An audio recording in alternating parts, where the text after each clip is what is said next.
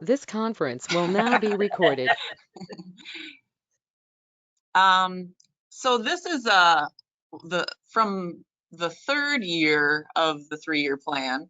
This is down the line a ways, as I have not actually been in these sites. The BIA forester, Mike Fitzgibbon, has been in there, and he's suggested that this should be set up. This is actually in 2 watersheds, Vaughn Creek to the north and Potato River to the south. There's various timber types within the sale area, and the prescriptions have not been yet identified. However, we have committed to no clear cuts, and we're going to try and keep that canopy as closed as we can, as long as we're trying to regenerate long-lived species other than oak.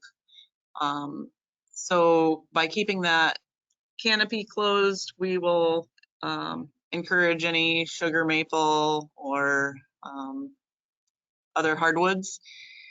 And slopes and wetlands will be buffered, and this will also be a winter sale. And then just to the east of there is this Margaret Candeacon allotments, and also kind of the same situation. I haven't been in there, but there are various timber types. The prescriptions have not been identified, but there will be no clear cuts. The canopy will remain.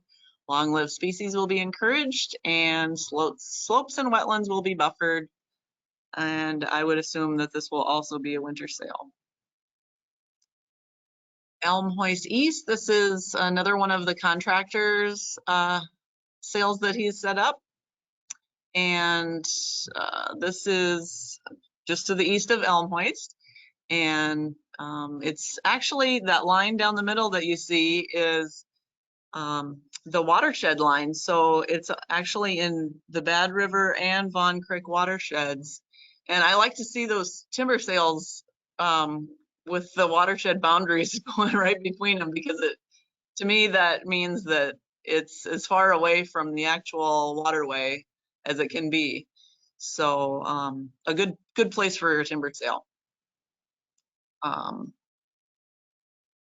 So what this is white pine restoration and aspen removal, red maple improvement thinning.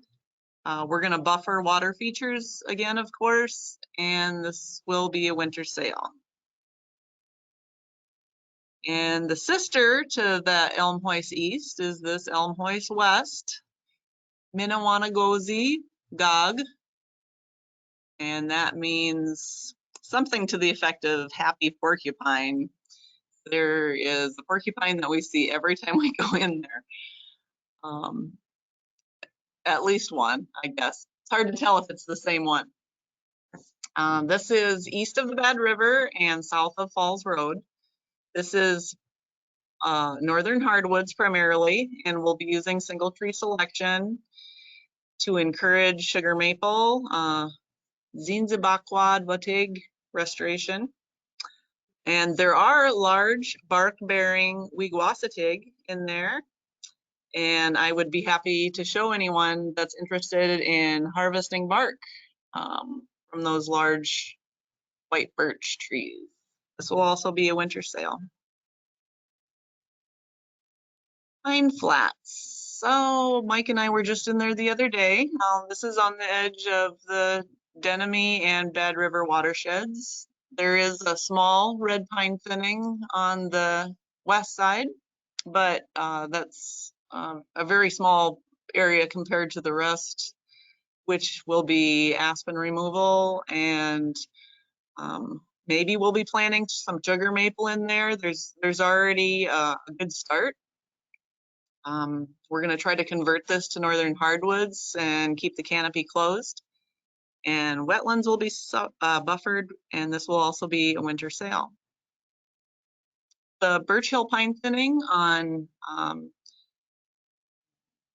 at the where the community is at the top of Birch Hill is on the edge of Denemy and Vaughn Creek watersheds. And we're planning to take a quarter to a third of the red pine to allow for health and growth of the residual pine. And also there's oak that's beginning to grow underneath the pine, and so the thinning will probably also help the oak that's growing there. The emergency management mitigation plan calls for some action with the fuel load at the top of Birch Hill. And we could possibly be planting some spruce or balsam in there to kind of take the place of the pine that we've removed. And yeah, this will be a reduction of fuels for fire preparedness. And this can be harvested in the summer or fall. We'd like to do it as soon as possible. I've initiated a survey for the Birch Hill community members to fill out. I don't think it's in their hands yet, but it's in the works. And if you live in Birch Hill, you should have it within the next week or so, I'm guessing. I'm also going to try and get it on our website. But this will, by the questions that are on the survey, will help us better know exactly how to strategize the cutting of those trees that we do remove. This government road climate change sale has been in the works for quite some time.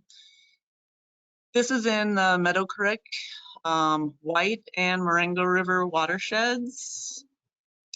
This will be white pine and sugar maple restoration with aspen only removal. Wetlands will be buffered and it will be a winter sale. Yaka Azadi. Sorry, I should have practiced that one. This is on Van Ornum Road. It's in the Marengo River watershed, and this will be aspen removal only. There are some cedar, balsam, spruce, and pine in the area. Not very much. They're kind of clustered, but we're going to leave those there and hopefully regenerate around them, that area, and possibly plant in there too. So yeah, we might have to hit it with a brush mower because it is quite an obstacle course on snowshoes. And that will also be a winter sale. To the north and to the south of this area is privately owned by non-tribal members, and both of those areas have recently been harvested, and the regeneration looks really good. So we're assuming that the same will be the case for this sale. The Potato River Road sale is a fee land sale that I found, and it will, by thinning, it will allow us to increase the sugar bush, and it's in the Vaughn Creek watershed. Steep slopes and wetlands will be buffered, and it's single tree selection, so it'll be a very gentle thinning that will be not very noticeable from the road and shouldn't impact wildlife, and will also be a winter sale. This Mac Road sale is also a fee land sale, and there are a lot of aspen in there, but there's also oak. So I'm looking for direction on whether we want to possibly develop it, clear it for development, or manage for oak. So, and I'd like to say miigwech to Mashkiiziibii Natural Resources, the Bad River Tribal Council, and the Bad River community for supporting our forestry program. And then I'd like to talk about birch a little bit. There was an emergency closure initiated by tribal members in April of 2016. The tribal council can end the moratorium at any time. Lithwick no longer issues permits due to lack of enforceability. They previously issued permits to allow for birch pole harvesting in seeded lands, but they have recently stopped issuing those permits. Birch pole gathering continues at Bad River despite the closure.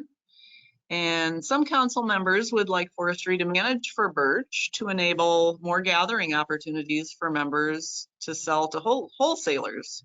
Because some people are making their living this way. And so if we're going to manage for birch, that means we will need to do some clear cutting. And the best lands for birch to grow are the ones where the hardwoods already are. So that means there'll be some sacrifice.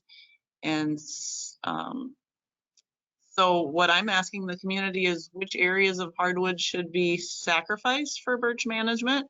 And also with the notification of this open house, there was a survey, and hopefully everyone got a chance to complete that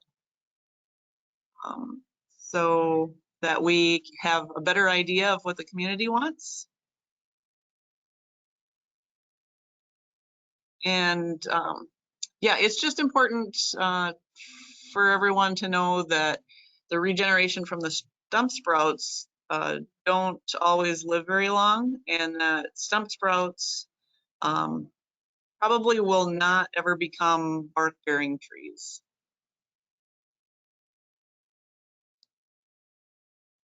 And then just to let everyone know what else, some of the other things that I'm working on is the timber harvest plan, this 3-year plan that we just went over. Best management practices for forestry. We are in the process of preparing to hire a contractor to help us prepare a document for best management practices. So that'll be, I'm really excited about it. And the whole department will be working together on that project. I've also received funding for development of harvest guidelines and a forest development plan. And we also have our planting project coming up this next summer, in which, like last year, we'll be planting lots and lots of trees, 40,000 white pine with a contracting crew, and 20,000 with tribal labor. Last year we planted 11,500 with tribal labor, and 4,000 of those were white birch, and that was through the BIA, but the rest was through the Nature Conservancy. The birch harvest plan and possible ordinance is kind of it's been ongoing since I started, and hopefully someday we'll get to the point where we have some closure and have a good plan in place for how to manage the birch. But it's a very delicate situation, and it's really something that the council needs to make the decision on. Since I'm not a tribal member, and I feel like maybe I'm inadequate to make the decisions that need to be made regarding harvest of birch. So, and then some other things that I really like to do is sugar maple seed distribution to enhance and amplify our sugar bush harvest opportunities, and also some trail restoration to allow us to have more recreational opportunities around the Bad River Forest. And then we also need to complete an inventory for our fee lands.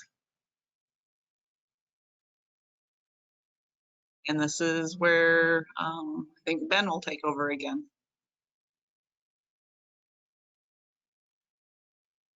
Ben, okay. So you did have some questions in the chat for you. First question is what is done with funds from the sale of the lumber? And I'm assuming they mean timber because we're not cutting it into lumber. Right. Yeah. That's a great question. That money is put into an account that the tribe uses to purchase lands within the reservation boundaries that are currently privately owned. Okay. And then is there a plan started to expand more on harvesting? It says in here, Menominee has a really sustainable harvest plan. And they would be a good resource. Yeah, I've been meaning to get to Menominee to check out their operation. So yeah, I guess unless I prioritize that, it's not going to happen. But yeah, I think we do need to rely on some of the things that some of the other tribes have figured out so that we don't have to reinvent the wheel. So I appreciate that. Okay. And then Mike Fitzgibbons from BIA, he asked, can we add thinning to the pine plantation south of the Birch Hill community, or does the tribe now want to harvest there until the sawmill is operational? Yep, I think we're gonna try to add that south part. I haven't gotten it on the map yet, but as long as we're in there setting up the Birch Hill community, we might as well thin the other parts around it that also need to be thinned for forest health and fuel load considerations. Okay. Next one you got, are you addressing black ash with emerald ash borer on the horizon? Yeah, actually a lot of where we're planting through the Nature Conservancy, other than the sugar maple, everything that we're going to be planting will be in ash habitat. So we'll be underplanting ash with cedar, hemlock, and yellow birch, and silver maple. Okay, next one is there a contradiction in managing for bark earring birch and birch pole harvest? Or can these be complementary approaches? Well, I think if we're managing for birch poles, we're kind of looking for those quick growing stump sprouts that don't live very long. Whereas birch bark is going to come from a seed grown tree. So yeah, I think they're two different things. I gotta agree with you. I think they're completely different, but that's all you had in the chat so far. So if anybody had any questions and wanted to pop in and say. Yeah, I must have really sped through. I was afraid that I was going to take up too much time with all my slides there, but I must have really sped through it. Hey, Gena, this is Naomi, and going back to the EAB question, do you want to mention the tribes that the tribe has a EAB response plan? And the other thing that comes to mind is, the work you did last year trying to figure out where ash may remain the longest on the reservation related to that APHIS funded project. Mm-hmm. Yeah, we set up some ash refugia sites, and I haven't been able to go out to see most of them. They're in very difficult to reach locations. a lot of them along the Bad River and some other rivers. Yeah, the tribe does have a EAB response plan, and I think we're doing everything that we can to mitigate any problems from swamping and that kind of thing by underplanting in those ash stands. One of them that we planted in is right here in New Odena along Denemy Creek. There's almost a pure green ash stand, and we underplanted that with white cedar and yellow birch last year. So if anybody would ever like to go look at that with me, once the snow melts, I'd like to see how those seedlings are doing.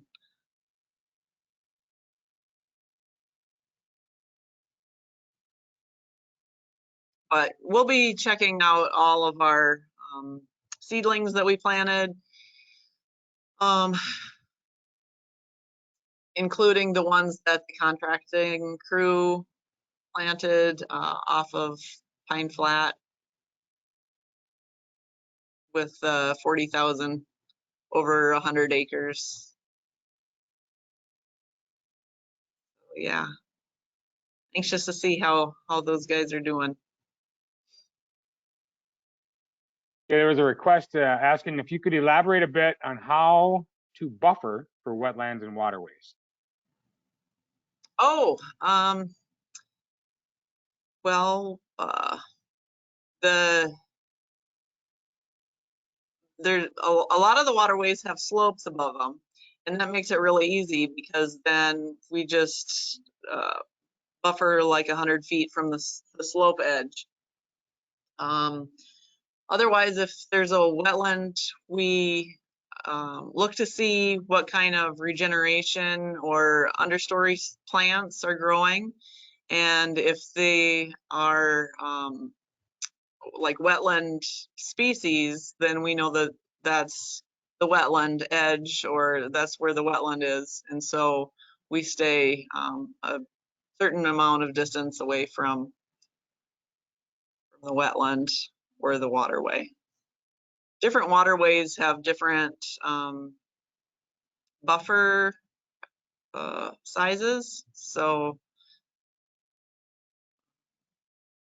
yeah, a buffer is just an area that is avoided. We don't cut or move machinery through it or impede it in any way, because that's one of the areas that are most susceptible to soil compaction, and we don't want to do that. That's and also it's my belief that frogs are probably the most important part of the food chain, because there's so many animals and birds that subsist on those throughout the summer, that we don't want to take out any frog habitat, because that's going to affect the whole ecosystem.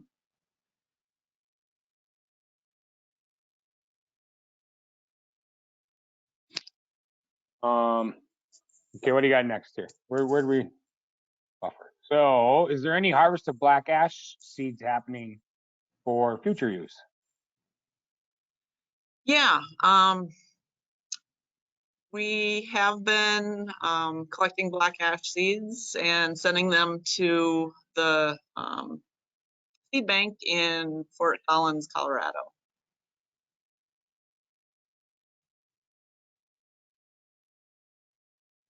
And if anyone would like to help me collect black ash seeds at any time, just let me know. I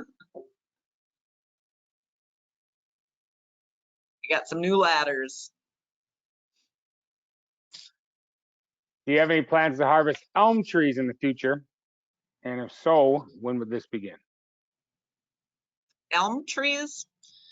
We have a lot of elm trees that survived the Dutch elm disease. They're scattered throughout the woods. I like to see them because they add diversity. I don't really plan on ever harvesting them, just because they're not really plentiful enough to say, hey, we need to thin these out. Species that I see every once in a while, I really like to keep on the ground so that they can add to diversity. Because I think all of the animals and the microorganisms, they rely on different tree species for different things. And so the more diversity we can keep in the forest, the better for everyone.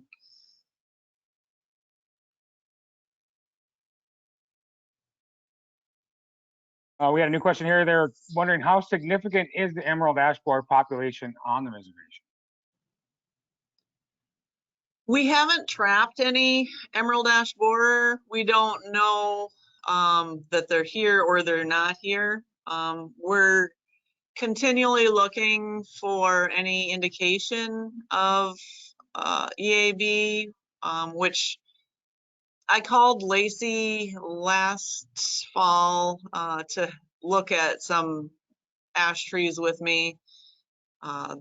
One group was over by the clinic, between the casino and the clinic, and the other was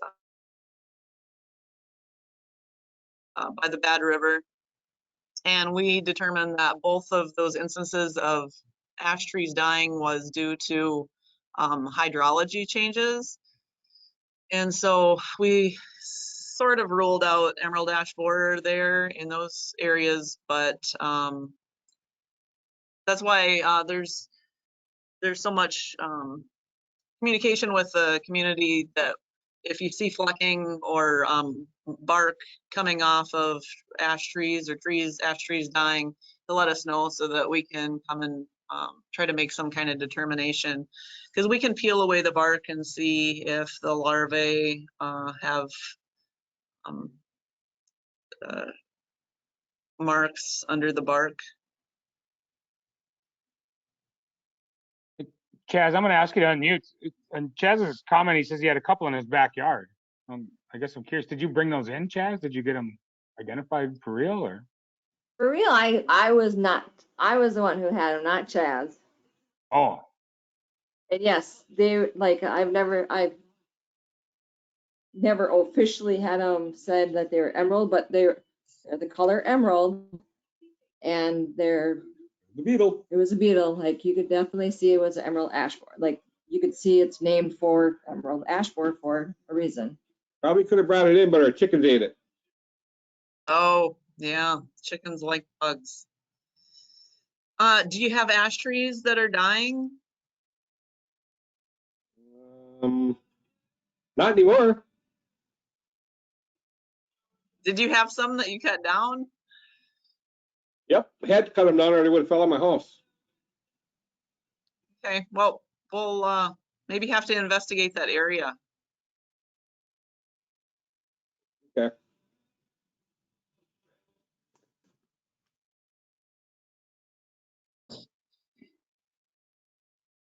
just to let everybody know, Naomi posted a link to an emerald ash borer presentation in the chat.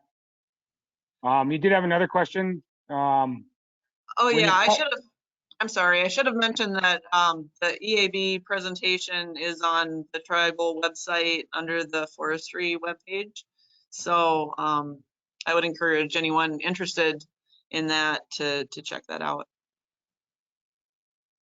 Sorry, go ahead. when you're cutting aspen, do you leave a few larger trees from each clone to reduce aspen regen and promote oak and other hardwoods? Yeah, we're looking to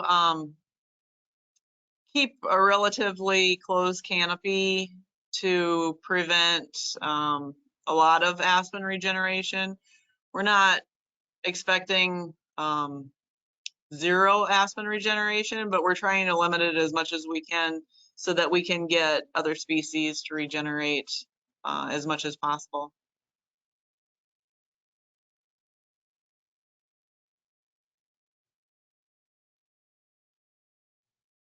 I just have one other little quick one. I'm going to unmute whoever is, well, maybe I won't. No, I can't. I see we had one caller. I was just going to ask them to unmute themselves and let Berthea know who you are so she can get you in for the drawing.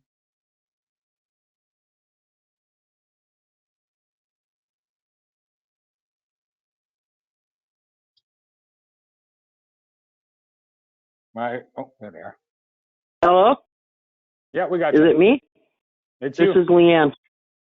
Okay. Leanne Rosen. Okay. Okay, your next question, Gena. Thinking about climate change, what strategies is the forestry department implementing to build resilience going forward? Well, limiting and eliminating the amount of aspen on our landscape is one good way. Aspen's a loser in the climate change fight. Diversity is probably key because the more diverse forest we have, the less less will be what's the word I'm looking for? Susceptible to things like emerald ash borer coming and wiping out a whole species. If we have multiple species, that gives us a lot more strength in our forest.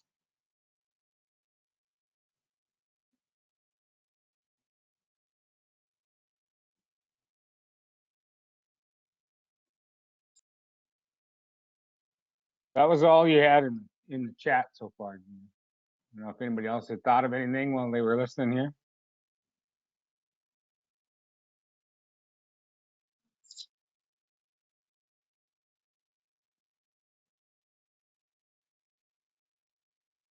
Well, I'm just wondering, back to the ash borer question, if there's similar arthropods we need to be careful about, like misconstruing as ash borers. Like I'm thinking about tiger beetles. I don't know how similar they look or not to you, Gena.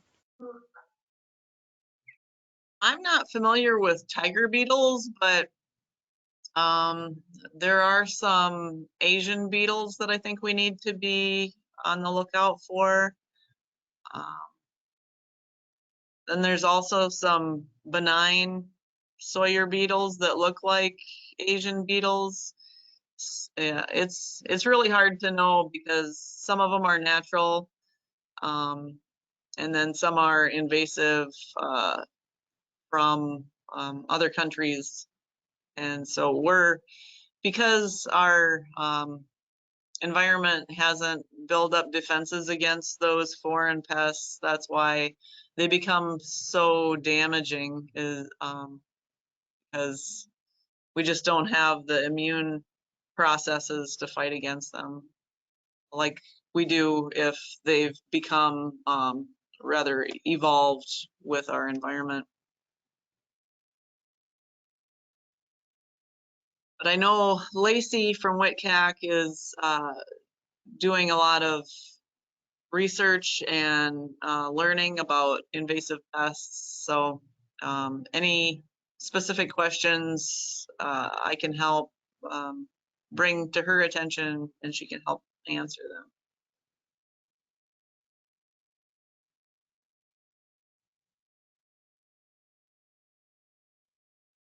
Yeah, I'd seen, I saw Leanne had come off mute and Chaz or Melanie, one of them, both of them had come off mute before Abby started talking. They had a question or?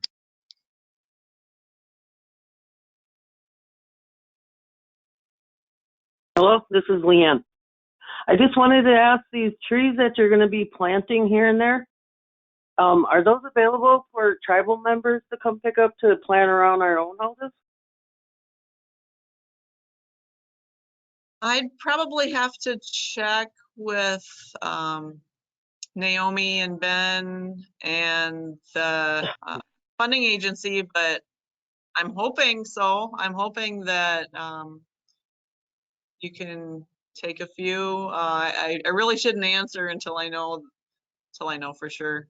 If either of you want Well, I to, was just wondering because I don't know how many years ago Doug Tudor had given plants out, and I had went and picked like a tray up or something. I don't know how many there were, but I planted them around my house. So I was just wondering if we could do the same thing this time. yeah, it would That's be funny. nice. That's funny you had mentioned that, Leanne, because I was just gonna. That's the first thing I thought of was when Doug was giving out them trays of little trees. Yeah, I have to guess right away that it was probably a different funding source. But then again, what's a few trees gonna hurt? Is my first thought. Yeah, plus they're going, it's not like they're going off res. So in my eyes, it should be okay, but I definitely have to get approval. If I remember correctly, Doug got those trees through the BIA, through some program that the BIA had at the time. So Well, I'm not sure which one it was. if it turns Well, out that we can you- can't, I can get some from, I can work on developing a project so that the BIA provides us with trees. If it turns out that we can't use these for anything other than the original intended purpose. Well, when you find out your answer, can you let me know? Absolutely, yes, I'd be happy to. Alrighty, cool. Thank you. Thank you for asking.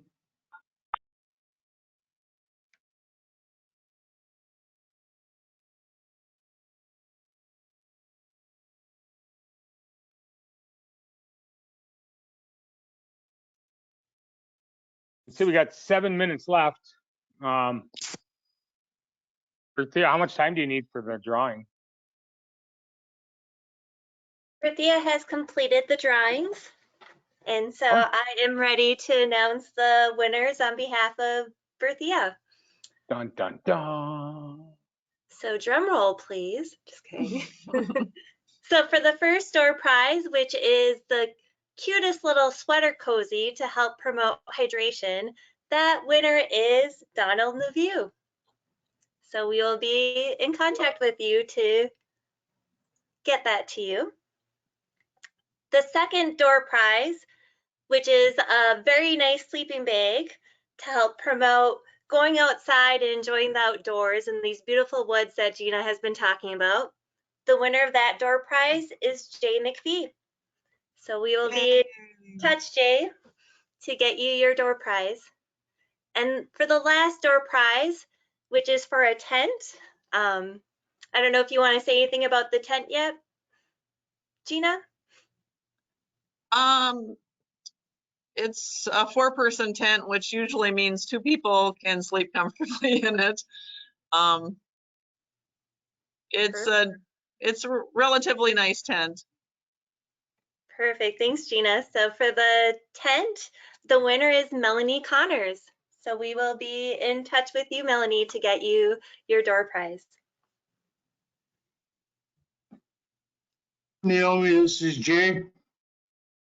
Hey, Hey, can you redrop on that sleeping bag? I don't think I should really take. Yes, we can do I that. Just shouldn't give us- take that. Thank you, Jay. Okay, We can do thanks. that.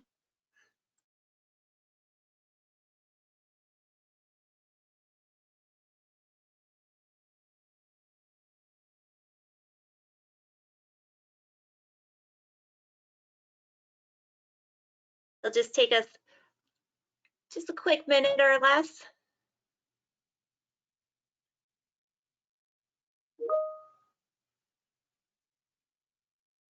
Okay, so the new winner of the sleeping bag is Colleen Matula. So we can connect with you, Colleen, and get you that door prize. That's a big sleeping bag for Colleen. We can probably fit 2 Colleens in there. Well, that'll keep you very warm for your winter camping. Thank you.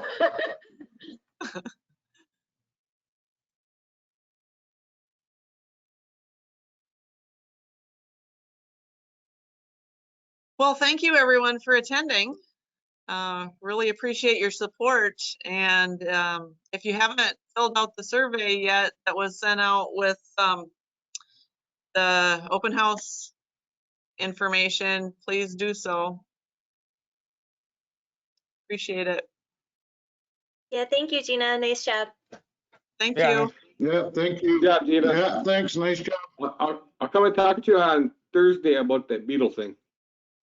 Okay, appreciate All it. right. Thank you so much. See you later. Bye.